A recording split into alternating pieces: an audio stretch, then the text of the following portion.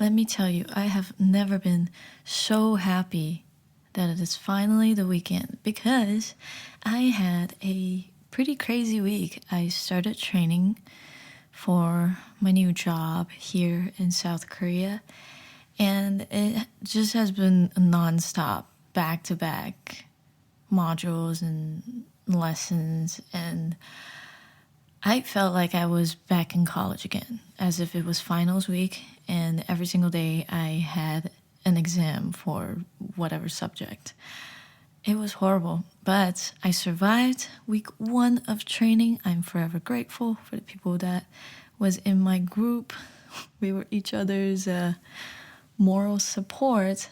But regardless, I think even though it's difficult now, it will be helpful. It will come in handy when I actually start my first day at the academy, because I'm really debating if I want to say it here. But my new job is a foreign language teacher here in South Korea in a satellite city outside of Seoul.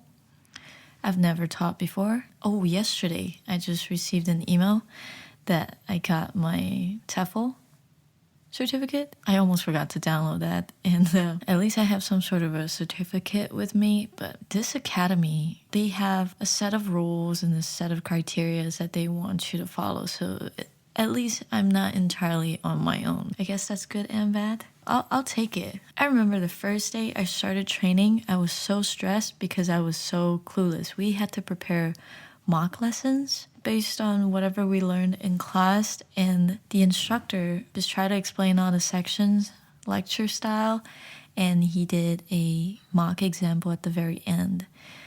And throughout the whole thing, I'm just trying to take notes on the way that he's presenting, his delivery, and I was just super stressed because my training would go from 8:30 to 1:30, and then 2:30 to 5:30. And then I have the rest of the day to prepare my mock lessons and then practice. You would think it wouldn't take that long to mock lessons, and I didn't think it was going to take that long either, but because there were a lot of pages, and also those mock trainings or mock lessons or real lessons are designed to cover a 3-hour class. So even though I'm kind of just mocking a lesson plan, it still takes about at least an hour and a half or like 2 hours to go through one section, which brings me back to freaking school days. I haven't studied that long since MCAT or since school in general. So that was refreshing. It was a nostalgia that I never ever wanted to revisit, but here I am. However, it's the weekend. My training week one is now finished. I don't need to think about it anymore until the start of next week, where I begin a new lesson. But I can't complain. Everything has been pretty okay, pretty smooth so far. I mean, first day of work is always going to be nervous.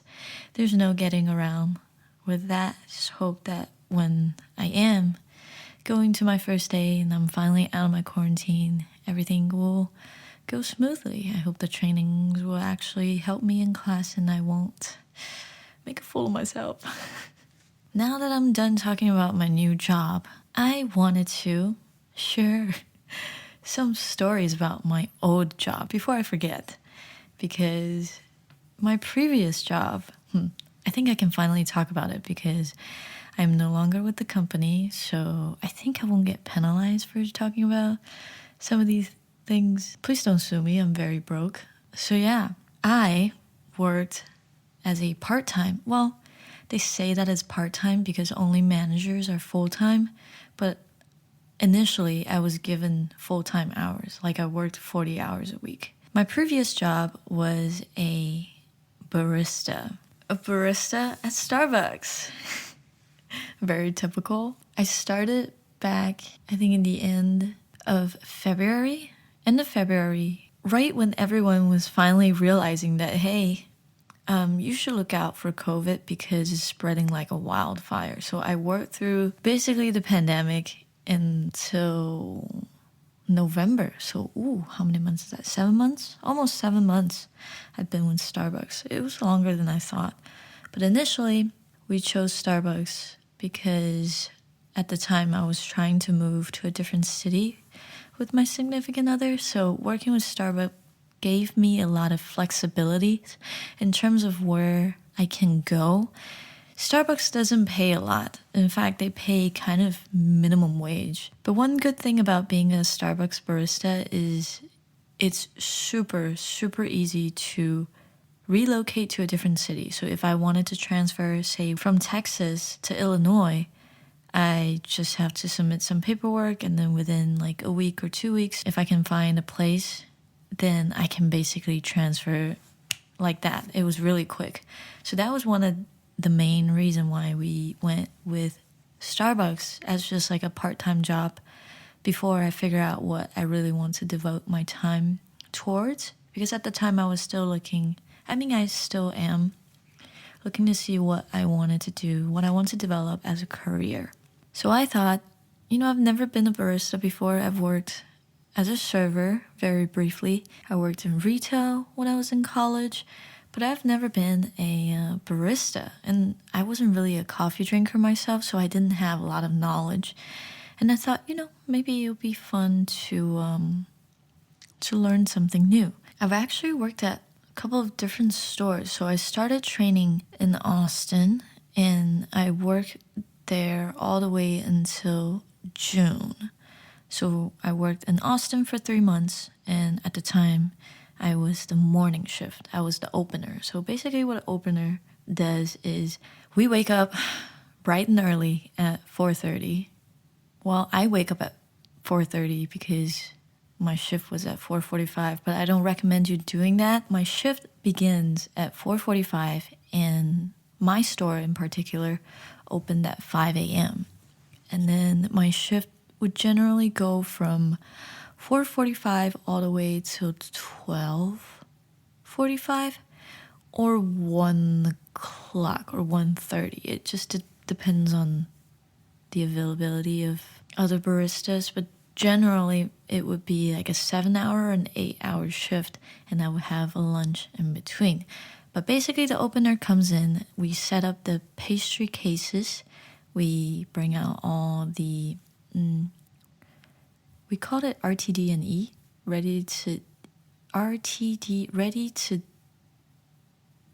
what is basically a grab and go, but we call it RTD&E. And then we also prep our espresso machines, we brew our coffees, we brew our teas, and then we fill our ice boxes, fill up our sandwiches, and then we get ready for the 5 a.m. rush. Well, not really a 5 a.m. rush, more like a 6 to 7 and 8 a.m. rush, because that's when people are starting to get to work. And that's when our drive-through line gets hella busy and then mobile orders starts rolling in. But basically, it would slowly die down towards 10 o'clock, because by that time, all the morning rush is gone. People are already at work, and then you would just get maybe like small mini rushes from people who want to come by and then pick up some coffee maybe before class, or just casual regulars who would come grab a coffee and then read in our cafe. So that's how a morning shift would look like in Austin from roughly March to June, so for 3 months. And then we moved to, oh my gosh, what is that city called? Arlington Heights, basically a little suburb area outside of Chicago. And I worked there for 2 weeks. And then we had some issues, so I had to move back to Texas. But instead of going to Austin this time, I went back to where my parents were staying, so in San Antonio. So I worked in the San Antonio store from July all the way to November. So that was a lot longer than I thought, because I thought the Austin store was the store that I worked at the most. But it turns out San Antonio was the one that I stayed with longer. And the reason why I stayed there a lot longer is because I was staying home to kind of save money to move to Korea. And also I was waiting on all my legal documents to get approved and to come in. I figured there's no really any point to waste money by staying in Austin, even though I love Austin more than San Antonio. No offense. And I think the reason why I liked Austin more than San Antonio is because I grew up in Austin, I went to school in Austin, and Austin gave me a sense of identity, and it felt more like home instead of San Antonio. San Antonio is a lot more laid back, and it feels very traditional to me. I don't know why. Regardless, I'm grateful to be able to save money while I'm trying to prepare for my move to Korea. Initially, before I started working for Starbucks, I thought working for Starbucks was going to be really cool because the baristas, they have their apron, they look really free, and that they get to make cool drinks. So I thought, hey, maybe becoming a barista is gonna be exciting. Well, truth be told, other than my schedule where I have to wake up super early in the morning, it's just like every other customer facing job. It makes you question about your devotion towards humanity because you would always get these people. Okay, to start off, let's clarify that. Let's go ahead and admit that Starbucks is not the cheapest coffee house out there. In fact, a lot of the drinks, in my opinion, I feel is very overpriced. I am not a regular customer at Starbucks prior to working there. I went occasionally to treat myself, but I cannot justify myself for paying $5 or $6 for some sort of an iced latte or frappuccino. Oh, it feels so weird to say that now because I used to say it so much. I used to say that so much, but now it feels foreign because I don't have to say that every day now. Or make them every day. Oh my god, I absolutely hate making frappuccinos. It's just the most tedious drink in the world. No, I lied. The most tedious drink. Well, one of the most tedious drink is probably the honey citrus mint tea, the medicine ball, because you have to steam the lemonade, and then you have to add honey blend, and then you have to. It just sends you to different places in the store. At the bar, so it's not the most convenient drink to make. But I am getting sidetracked. I am coming back to where I was getting at. Because Starbucks was so expensive, usually people who come here often are either one, diehard Starbucks fans, which we do have some of those people. Whenever we release new merch, you'll see them bright and early. And I'm like, why are you up? I'm up because of work. You are up because of this crystal tumbler? Are you kidding me? Anyways, everyone have their preferences. Everyone has their stress relief. I'm not judging you. Can you just buy one and not all three of them? Because I have a feeling that you're just going to go ahead and resell it on eBay. But that's not my problem. I only work here. I'm here for the paycheck. Now, for the people who are not diehard Starbucks fans, they're just loaded. Let's be honest, a lot of rich people go to Starbucks because I don't know why. It's not like we make the best coffee or espresso or anything else. I guess it's a status symbol that they go to Starbucks every day, or it's a type of feeling they're trying to achieve because sometimes whenever we scan their, what is it called? The Starbucks account, for every drink they buy through the app, they will accumulate stars, and they have thousands of stars. And I'm like, whew, this person at least spent a few $100s at Starbucks with it, because our stars expires. So in order to build up so many stars, they either have to be here so frequently or they just buy a lot of stuff. I can't relate, that's rich people problem. But because a lot of rich people come here, they act very entitled, and they're many stories that I could tell you, and I think I'm able to share this right now because I no longer work there as of this week, as of forever. So before I forget, I'm gonna go ahead and share stories from Starbucks that lives in my mind rent free. Okay, I think it's better for me to go chronologically. Let's start with Austin. There is a saying in Austin, we say that keep Austin weird, and I think Austinites really live up to that quote, because there is this one story that I just could never forget. This happened during the pandemic. So when the pandemic first had its breakout and Starbucks finally decided to shut down cafe, we were drive-through only. So because we were drive-through only, we were super busy because I guess people can't live without Starbucks. That Starbucks is essential and we have to stay open. So there was this one lady. Okay, before I get to this lady, I think it's important for me to just paint you a picture of how our customers behaved during the pandemic. So some people complied with the regulations and wore masks, and then some people wore gloves because they want to be extra careful. I get it, my parents do that as well. And then there's also some people who use face shields to have a higher level of protection.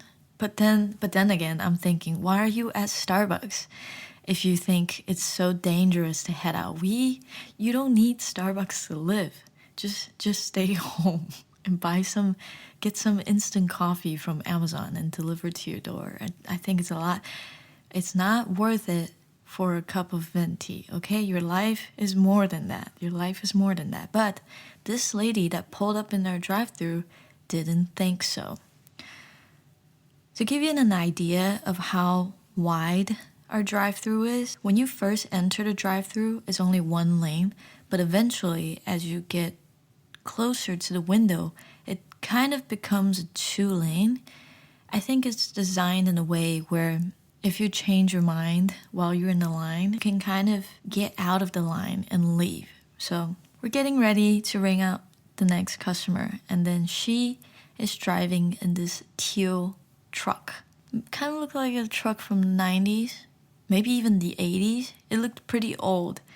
And when you're at a drive-thru, you want to be as close to the window as possible, right? Because if you're paying through card, you have to give the card to the person at the window and so they can process the transaction. And during the pandemic, instead of us taking the card, we're handing the card reader outside. So we're extending it towards the customer so they can insert the card themselves and just reduce contact points. This lady didn't drive anywhere close to the window. In fact, she parked on the very, very opposite end of the driveway. So think about when I mentioned our drive-thru is like a 2-lane now. She's at the 2nd lane, farthest from the window. And then we're just kind of looking at her like, wait, what is happening? Why is she parking all the way over there? Like, is she trying to get out of the line? Like, is she trying to not pay? But no, she rolled up her window, got out of her car. So she has double face mask, which is understandable. I'm completely fine with that. She has double face mask as well as a face shield. And then she was wearing gloves and she was wearing like an apron. I don't think it was a form of PPE, but it looked like some sort of an apron. So she got out of the car and then we're waiting at the window, right? There's usually 2 baristas at the window. One is taking your order through the headset, and then one is the one that's closest to the window to process your transaction. So I was the person taking order that day, and then right next to me was my coworker. In the corner of my eye, I saw this lady just park all the way over there. I'm like, what's going on? And then my coworker's looking at me like, yeah, I don't know, dude. So we're just waiting for her to get closer to the window. That's what we thought, but she didn't do that. She kind of started yelling because we couldn't hear her that well through the 2 masks, as well as the face shield. Plus she was standing so far away. But basically she said, guys, move away. And then we're like, move away. She goes, 6 feet, 6 feet. At this point, she was way beyond 6 feet, okay? It was like a freaking, at least 36, I don't know. It's like the distance of 2 cars. But she was like, 6 feet, guys, 6 feet. And then, so we backed up from the window just to give her some extra distance that she wanted. And then she goes, all right, guys, get ready. We're like, what are we getting ready for? I'm so confused. And then she reached inside her pocket. There was like a Ziploc bag. And inside the Ziploc bag, there were some change and then some paper bills. So she threw that bag. She was trying to throw that bag through our drive-through window. So think about fire in the hole, but instead it's just a Ziploc bag with her money for her drink.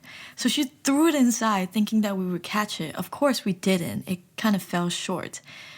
And she had to walk over to put the money bag on the ledge of the drive-through window, and as she's walking closer, she kept telling us, move back 6 feet. So we moved further back to give her some distance for her to pick up the money bag that she threw and dropped onto the ledge, and then she walked back towards her car. So we're like, okay. So we grabbed her money, and then we're thinking, dude, how are we gonna give her drink? She's like, just leave it on the ledge, leave it on the ledge. So we would grab her drink, leave it on the ledge of the window, and then we would back up, and then she would come towards the window, grab it, and then leave. Now you would think that's the most horrifying situation, to have money thrown at you. Just wait. A few days later, she came back, but this time she didn't bring cash. Guess what she brought? She brought card. So, have you ever tried of throwing a credit card like a freaking ninja star? It doesn't really go where you want it to go because it's not heavy enough. Well, she tried to toss her credit card through the window, and you already know where this is going. It didn't even land remotely where she wanted to, and it hit the barista at the window. It was basically a mess. It's like every single time we see a truck approaching, we're like, is that the credit card lady? What is she gonna throw at us this time? I'm scared. But yeah, she was one of the most iconic scenario encounter that we experienced during the pandemic while I was in Austin. There are so many stories I wish I've written down that happened, because it just really refreshes your tolerance level, and also just an overall impression of how ridiculous / dumb / rude people can be. There's this one time, there was a middle-aged lady. She came through, and then she ordered a hot chai tea latte. At Starbucks, when you say chai tea, there's actually two different types. One is the chai tea latte, one is a brewed chai tea. It's like a tea bag. So this lady came through, ordered a grande chai tea latte. We gave it a drink, we processed her order, and she left. Went on her merry way, right? Maybe like an hour later, she came back to the drive-thru, and she was super angry on the intercom. She goes, I ordered a chai tea latte last time. And then I took her order, right? So I remember her. I was like, yes, ma'am. Was there anything wrong? She goes, there is coffee in this chai tea. I am allergic to coffee. I called my doctors because I was so nervous. Blah, blah, blah, blah. Basically saying that we're stupid and that we gave her coffee instead of chai tea. So obviously I apologized right away. I'm so sorry, ma'am. Please go ahead and pull on through. We'll take care of that for you. So we remade a chai tea latte, and then when she pulled up at the window, she was still very pissed at this point. She's like, you guys gave me coffee. I'm allergic to coffee. I can't have any coffee. I called my doctors because I didn't know what to do. Blah, blah, blah. We took the coffee. Okay, we're not supposed to take any drinks back in because of COVID. We even stopped making drinks with personal cups just to reduce, any contact point, and I guess just unnecessary exposure to different people's germs, because we don't know where you've been, you don't know where we've been. But at least whenever we go back to work, we wash our hand, but you probably didn't wash your hand after you peed.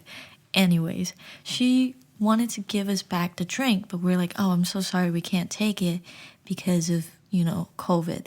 She probably thought that we didn't believe her or something, so she opened her drink and she tried to put it right in front of our faces. And I took a look.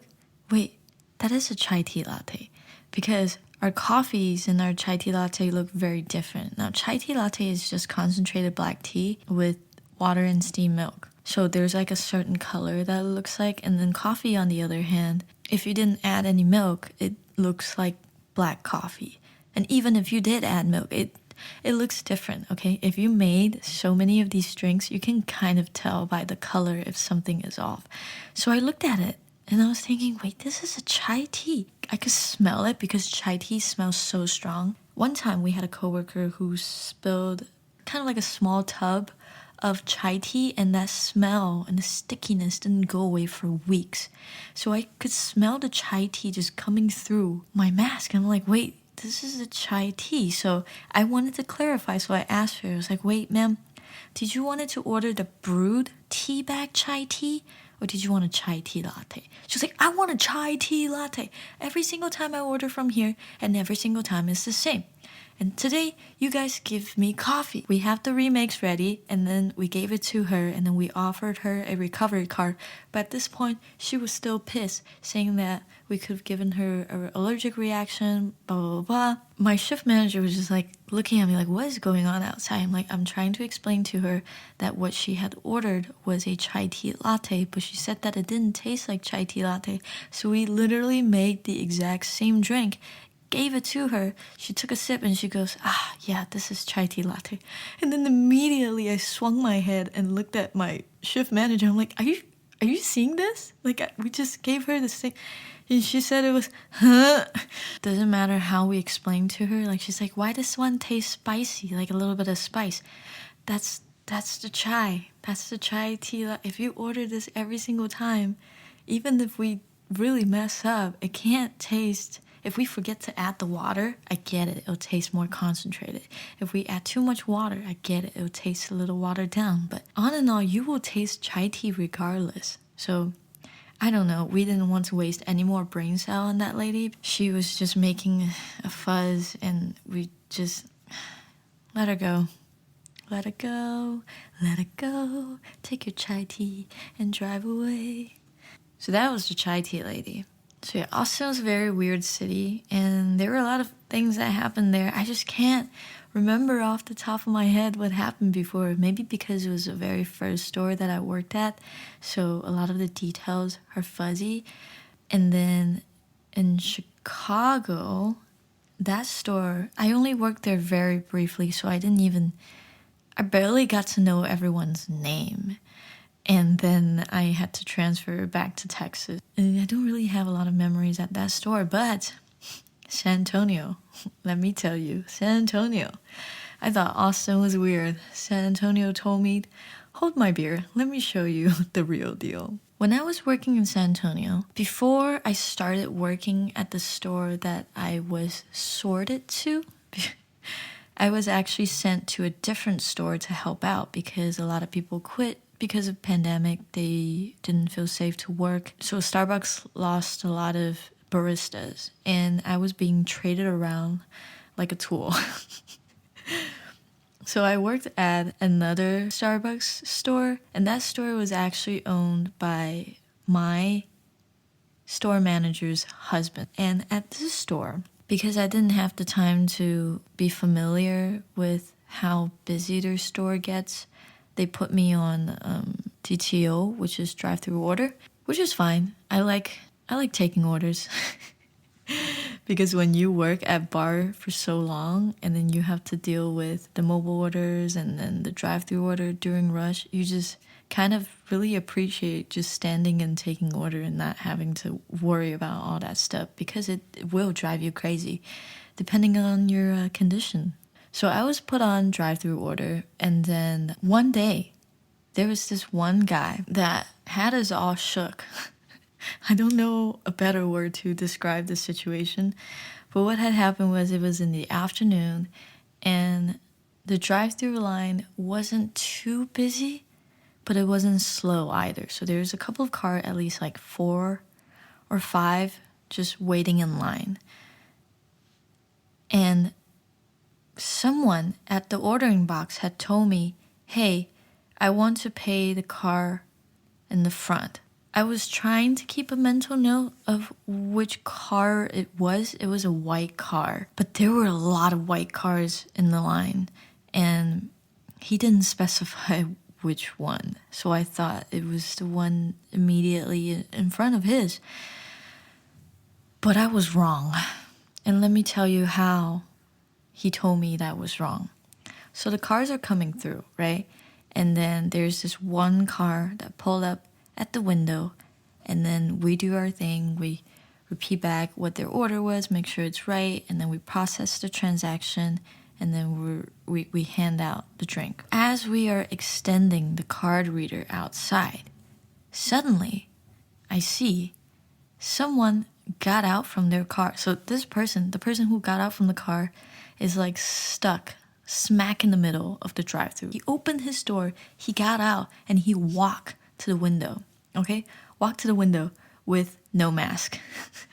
So he walked towards the window and he got so mad at the barista at the window. He said, I told you that I was gonna pay for this car.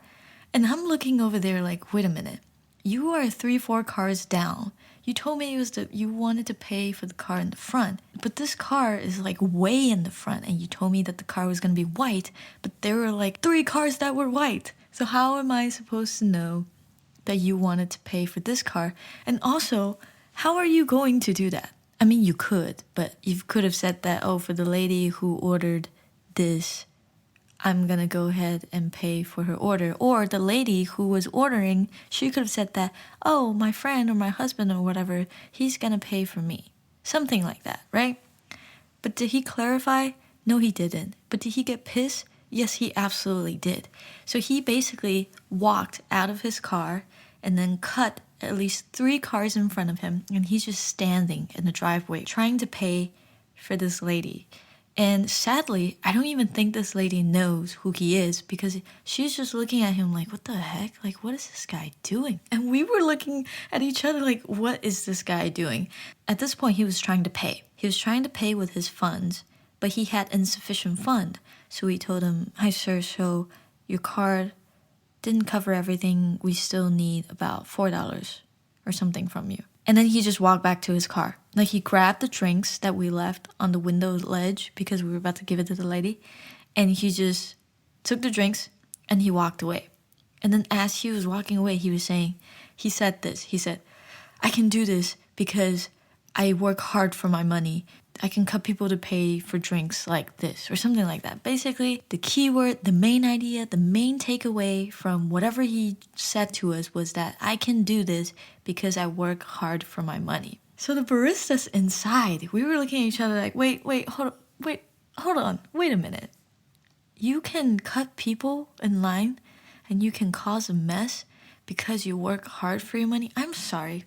Are we a joke to you? Are we not working hard? Do you think we get paid minimum wage here just for fun? Making some espresso drinks for you? He grabbed the drinks and he walked away. And then our shift manager's like, why is the line not moving? And then we explained to him the situation. And like, well, he's not going anywhere because eventually he has to move up with the line. But he went back to his car. But we can't go out and chase him. It's not safe for us to do so, and also we have to stay planted at our station. So we're just looking at each other like, okay. So the line continues to move, right? We just started sending people, and then finally we got to his car again, and then we reminded him, hey, remember you still owe us like $1.45 or something like that. He's like, oh, yeah, sorry. I just really want to pay for them. They were waiting, or like I saw them outside, and then I wanted to get them something to eat, something to drink. I work hard, so I can do this. And then we're just like, okay, you're a hardworking guy. You just don't do that, please. You're causing a chaos for everyone else. It's dangerous for you to walk in driveways like that. What if someone hit you at the driveway? Whose responsibility is that? Is it yours? Is it Starbucks? Is it ours? And we're in a pandemic and you're not wearing mask? Oh my God. Anyways, this is why our cafe was closed, because of people like you, okay? Moving on. At the same store that I was helping out, in the beginning of the pandemic, our cafe was closed, but Starbucks is greedy, as any other corporations are. Eventually, slowly, they started opening up the cafe. Now, the cafe wasn't completely open. You can come in and grab your drinks, and you can order a drink, but it's a grab and go. You grab your order, and then you leave. You cannot linger around. So we set up this screen I forgot what they were made out of. Maybe like a plastic screen or whatever. For mobile order, we would put drinks not directly underneath the screen because we don't want them to reach over and accidentally grab someone else's drink. We would want them to tell us what their name is so we can find the order and then give them the correct order. So usually we're the one grabbing the coffee and then handing it to them. And there is this infamous guy at the store that I was helping out. That likes to grab your hand. Instead of grabbing the drink, he would grab your hand.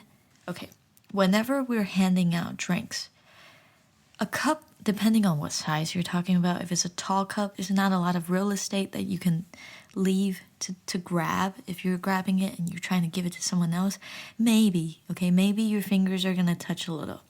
But if we're talking about a bigger size, like a venti cup, usually what I do is I would grab the very bottom of the cup. Like I don't even grab the cup. I let it just sit on my palm and I use my pinky to secure the side of the cup as I pass it to them so the cup doesn't fall forward or sideways, whatever, right?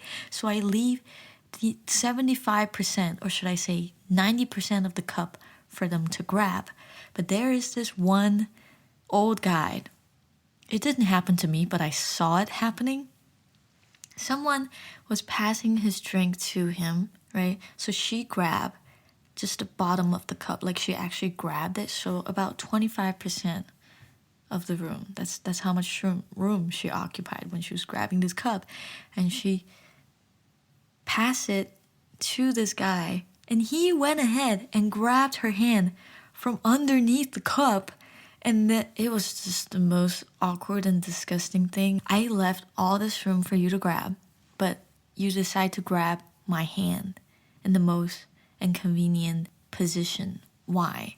Eventually I figured out that this guy was kind of a creep. He would do that to almost every baristas that hands him drinks. So I feel very lucky that I didn't have to experience that. But we thought that, maybe he's just an old guy that is single and is doing this to not flirt because it was not attractive. I don't know what he was trying to do. He was like borderline harassing us. But apparently he has a wife. And sometimes he would bring his wife to pick up his order and he would do this in front of his wife. And I'm like, what is going through your head? Oh man, keep your hands to yourself, please. When he did that, right after he walked out of the cafe door, I saw her just squeeze so much hand sanitizer over her palm. It's like, I just want to cleanse this entire situation from my brain. Like, I wish that never happened. That was so disgusting. I don't remember if they ever brought that up to the manager's attention. I hope that guy stopped coming to that store because that is disturbing. And then at the store, we had a all-girl barista crew, except the manager. The manager was the only guy there. I don't know about you, but if that happened to me, I would be pretty traumatized and would not want to work there. It's just disgusting. Don't do that. Now that I was done helping out a sister store, that's what they call it, a sister store, I finally went back to the store that I was supposed to work at. And at this one, I think it's because of the location. I picked that store because it's 5 minutes away from my house, so it's super convenient. But that location is also in sort of like a upper side of town in San Antonio. In the drive-thru, I've seen freaking McLaren. I'm so sorry if I said that wrong, but it's a type of a sports car. In person, I never thought I would see it outside of freaking racing games on PS4. And then also a lot of G-Wagons. And then Lamborghini. There was a Lamborghini that I saw. And eventually we even know the entire dirt on his family because his daughters would come through with their G-Wagons and then he would come through with the Lamborghini and then his wife with the Range Rovers. I guess because people talk here and then they've been coming a lot, some of the coworkers have seen them elsewhere. So we know a little bit about what's going on or like who they are. And the Lamborghini guy, even though his car was cool, he was really rude. So every time I see him coming around, I'm just like, it's the Lamborghini guy again. Now that I've explained the type of cars that come through our drive-thru, I think you have a pretty good visual on what kind of people they are. They're rich. Some are, I shouldn't even say some to be generous. Most are very entitled. And at times, this is me being generous again, rude to us. Now, there's this one guy, oh my goodness, I really dreaded seeing him walking through the cafe because as soon as I see him, I remember this very incident, okay? He came through on a Sunday, I think it was a Sunday, and he had ordered a lot of stuff. It seems very common for the customer at this location to order at least 5 or 6 drinks in one order. That day, I was on cafe bars. We have 2 bars. One is drive-through bar. They have their own espresso machine. And then one is cafe/mobile order bar, which they have their own espresso machine, but they mainly take care of the tickets that's coming through in the cafe when the cafe was open, and then also mobile order. So I was on cafe bar that day, and I was making this guy's drink, right? 6 drinks. So I'm making it one by one. And then in the corner of my eye, I see this one guy with maybe 3 kids, like 3, 9, 10-year-old kids. Could be his grandkids, could be his kids. I don't know what rich people are doing. But I asked for his name, and then I saw his ticket, and I'm like, oh, I'm actually working on this for you now, sir. Give me just a few moments to finish up your order. So he's standing there, like smack in the middle of the freaking... and there are other people waiting too, okay? He's just standing there, blocking everyone else with his 3 kids, waiting for me to finish his drink.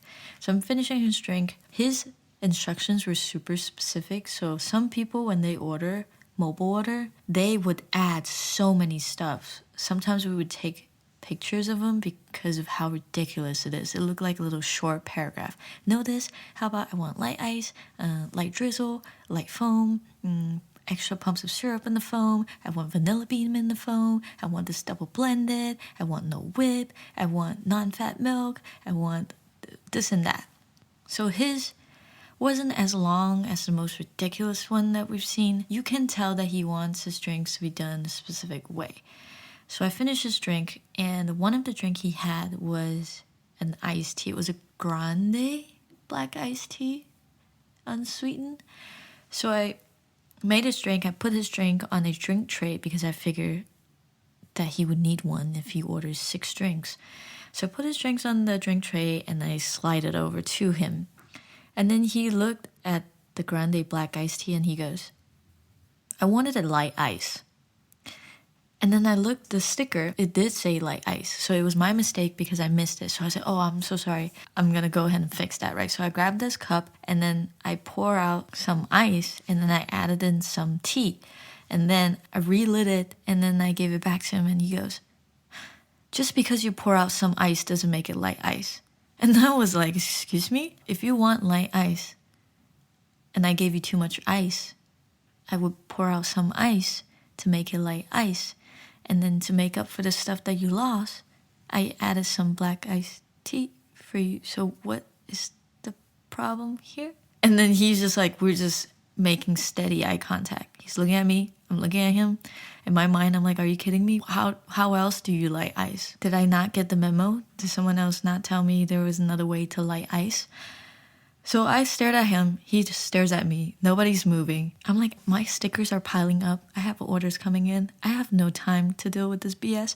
So I grabbed his drink. I dumped it. And then I just completely remade a new one. And then I gave it to him. And he was satisfied. And he went away with his little kids.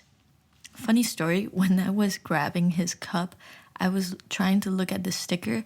And I unintentionally flipped him off. Because I grabbed the cup with my thumb, pointer finger, ring finger, and pinky. So basically my middle finger wasn't touching the cup, so it was kind of just pointing straight. But when I realized that, I was like, oh my god, I'm pointing my middle finger at him. And then in that split second in my brain, I'm like, should I go ahead and put it down or like leave it up? No, let's leave it up a little bit longer. So I'm just staring at this sticker with my middle finger just floating from the cup, pointing straight at him. I just remade it, gave it to him, sent him away, and I hope I would never see him, but unfortunately he's a regular. Eventually I got a hang of his attitude, and I don't even, as soon as he walked through that door, I push his drink out there like, have a nice day. Like, I don't even want to talk to you. Here you are, have your drink, please be gone.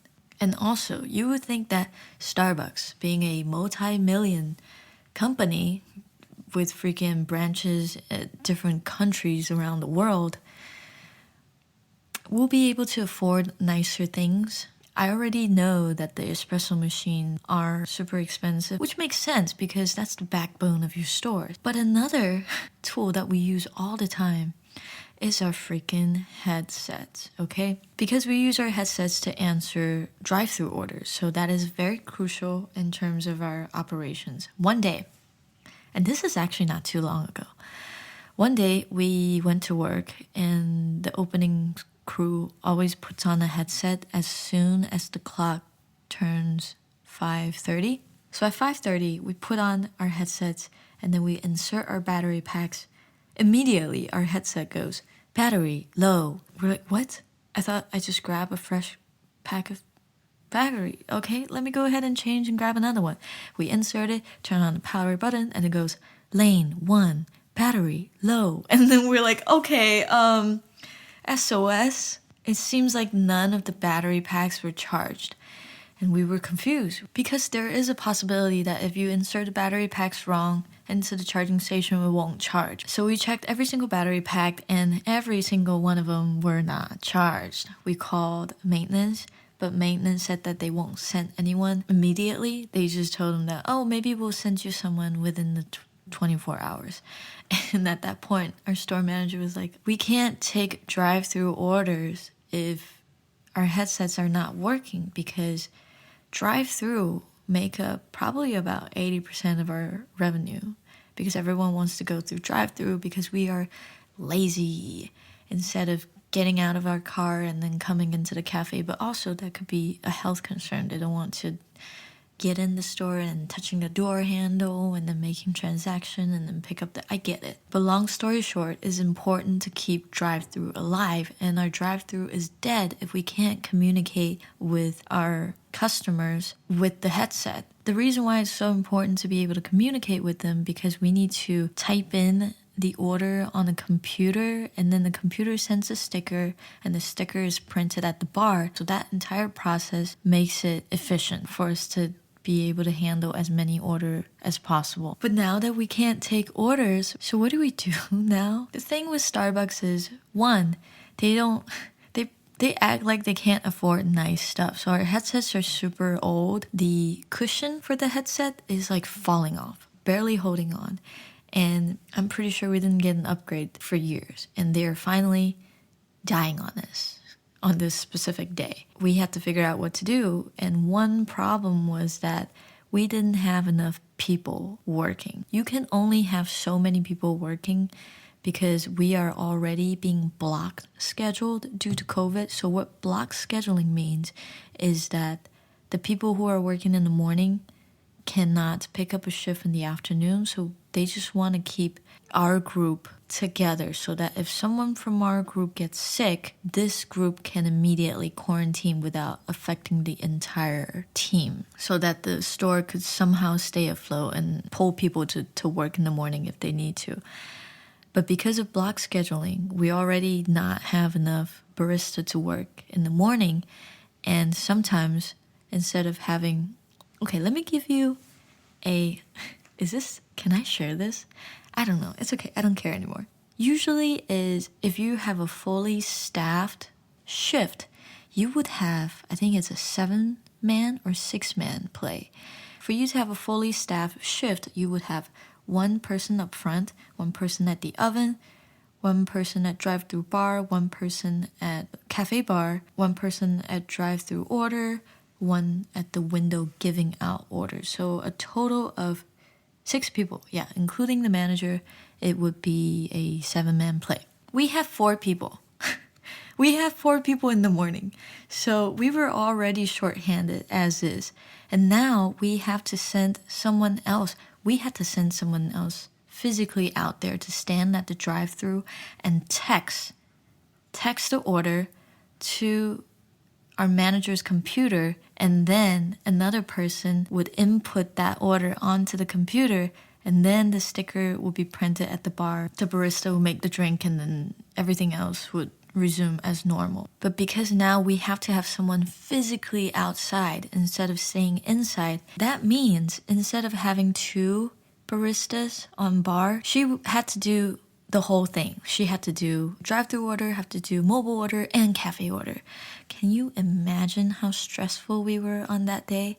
It was insane. It was insane. But one good thing about doing that was when we were standing outside taking orders, usually sometimes, okay, maybe not sometimes, I'm being generous again. People are kind of rude when they are giving you order.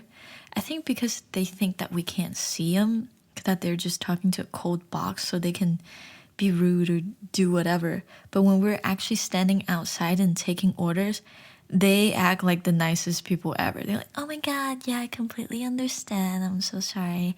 Yeah, no problem. It's no worries at all. Thank you for standing outside. Like they're just a completely different person.